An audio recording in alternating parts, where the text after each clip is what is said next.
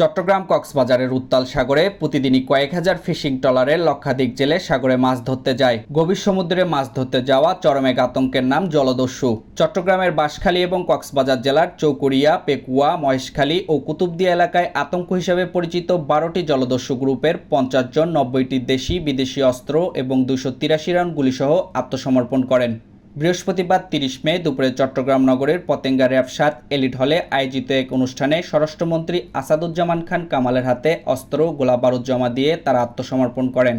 RAB 7 এর অধিনায়ক lieutenant colonel মাহবুব আলমের সভাপতিত্বে অনুষ্ঠানে বক্তব্য দেন চট্টগ্রাম 11 আসনের সংসদ সদস্য এম আব্দুল লতিফ, পুলিশের মহাপরিদর্শক চৌধুরী আবদুল্লাহ আল মামুন, র্যাবের মহাপরিচালক M Khurshid Hossain, Chittagong metropolitan police commissioner Krishnapada Roy, Chittagong বিভাগীয় কমিশনার তোফায়েল ইসলাম, চট্টগ্রাম রেঞ্জের ডিআইজি নূরে আলম মিনা। আত্মসমর্পণকারী জলদস্যুর মধ্যে বক্তব্য দেন মাহমুদুল করিম ও জসিমউদ্দিন।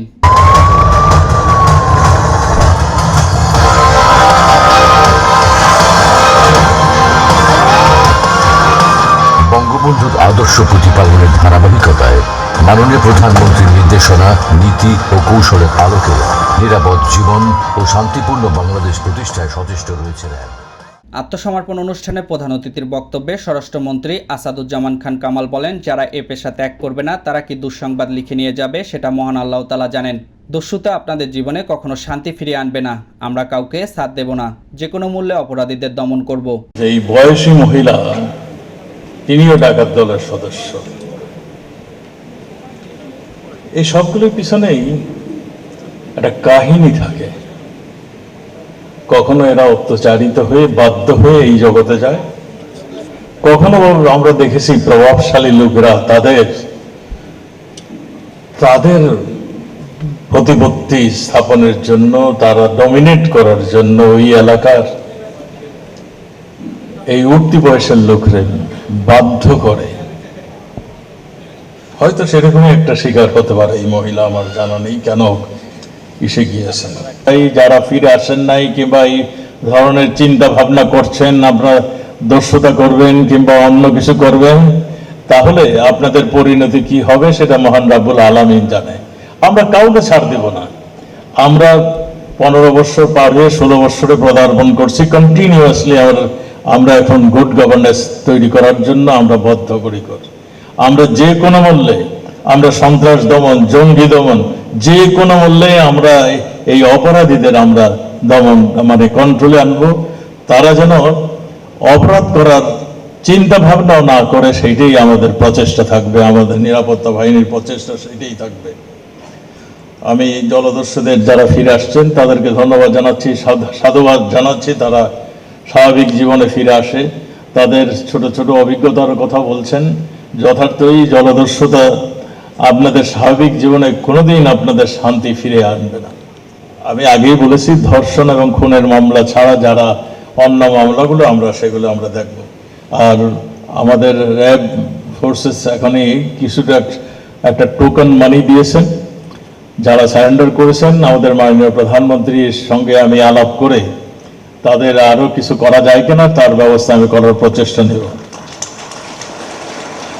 আমরা শীঘ্রই বঙ্গোপসাগর সংলগ্ন বাংলাদেশের সমগ্র উপকূলীয় অঞ্চলকে জলদস্যু ডাকাত মুক্ত ঘোষণা করব ইনশাআল্লাহ। স্বরাষ্ট্রমন্ত্রী আরও বলেন, আজ এখানে একজন নারী জলদস্যু সহ 50 জন আমাদের কাছে আত্মসমর্পণ করেছেন। তারা কখনো অত্যাচারিত বা নিপীড়িত হয়ে বাধ্য হয়ে এসব কাজে জড়িয়ে গেছেন। স্থানীয় প্রভাবশালী লোকেরাও তাদের বাধ্য করেন এসব কাজে জড়াতে। আমি প্রাইভেট পড়াতাম, আমি আমাদের এলাকায় প্রাইভেট পড়াতাম। ওখানে তো নৌযুগে পারাপার হতে হতে এই ডাকাত বাদলের সাথে আমার যোগাযোগ হয়। এবার চুকুলজ্জায় আমি তাদেরকে, এরা আমার কাছ থেকে টাকা হলাত নেওয়ার কারণে চুকুলজ্জায় আমিও তাদেরকে টাকা হলাত দিয়ে আমার ছাত্রছাত্রীর পরিবার থেকে নিয়ে এই টাকা নেওয়ার লোভ ও প্রলোভন দেখে আমারও সাগরে নিয়ে যায়। পরে দেখি এরাও ডাকাতি কাজে লিপ্ত। আমি এদের সাথে থেকে ওই কাজে লিপ্ত হয়ে যাই। আমি পেশাগত একজন জেলে, আমি জেলের কাজ করতাম। জেলে কাজ করার পর এক সময় ডাকাতেরা আমাদের বোটটা জিম্মি করে নিয়ে যায়। তখন আমাদের বোটে যেগুলো মাল সামানা, জাল, বোটের মাল সামানা ছিল, ওগুলো সব এরা নিয়ে যায়। আমাদের মোবাইল সহ নিয়ে যায়। নিয়ে যাওয়ার পরে আমরা 2-3 দিন পর আমরা কুলে আসি। আসার পরে আমি আরেকটা মোবাইল থেকে আমার মোবাইলে যোগাযোগ করার চেষ্টা করি, তখন দেখতেছি আমার মোবাইলটা অনই আছে। তখন অন যখন আছে, এদের মধ্যে আমি মোবাইলে কথাবার্তা বলি, এদের সাথে আমার একটা বন্ধুর সম্পর্ক হয়ে যায়। তখন ওনারা আমাকে লোক দেখেই এদের দলে নিয়ে নেয়। আমার বাবা আগে এরকম ছিল যখন আমি একদম ছোট থেকে, তখন তো আমার এখন যেহেতু আত্মসমর্পণ করছে, যেহেতু সরকার একটা সুযোগ দিচ্ছে, তো সেটা কাজে লাগাতে চাচ্ছে আর কি। তো ছোট থেকে তো বাবা মায়ের সাথে একসাথে থাকতে পারি নাই, আমরা 5 ভাই বোন।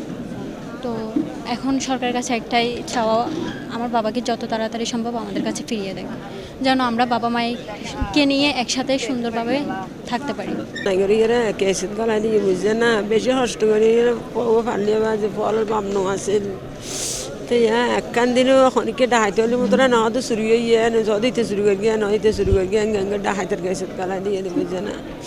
আর ভগবান হাসে দিয়ে দে সুখ কুষার দিতে আই বেলায় গঙ্গরে বালা সৌরে দিয়ে বেলায় আর নাতি পুতি লেগে সুখ শান্তি করে চলি বেলা বলে অনরা দিয়ে দেবে। র্যাব জানিয়েছেন, র্যাবের কঠোর ভূমিকা ইতিমধ্যে সুন্দরবন অঞ্চলে জলদস্যু বিগত সময়ে আত্মসমর্পণ করে স্বাভাবিক জীবনে ফিরে এসেছে। এর ফলে 2018 সালে 1 নভেম্বর প্রধানমন্ত্রী শেখ হাসিনা সুন্দরবনকে জলদস্যু মুক্ত ঘোষণা করেন। এরই ধারাবাহিকতায় চট্টগ্রাম কক্সবাজার অঞ্চলে র্যাবের কঠোর পদক্ষেপের ফলে 2018 এবং 2020 সালে র্যাব সাদের তত্ত্বাবধানে চট্টগ্রাম ও কক্সবাজার উপকূলীয় অঞ্চল থেকে সর্বমোট 77 জন জলদস্যু আত্মসমর্পণ করেন। এরই ধারাবাহিকতায় বৃহস্পতিবার চট্টগ্রাম ও কক্সবাজার জেলার উপকূলীয় অঞ্চলে 12টি বাহিনীর মোট 50 জন জলদস্যু আত্মসমর্পণ করেছেন। এর মধ্যে 49 জন পুরুষ এবং 1 জন নারী জলদস্যু রয়েছেন। এই 50 জন জলদস্যুর মধ্যে 3 জন স্বরাষ্ট্র মন্ত্রণালয়ের তালিকাভুক্ত জলদস্যু। মারুফ হোসেন, দেশের কণ্ঠ, চট্টগ্রাম।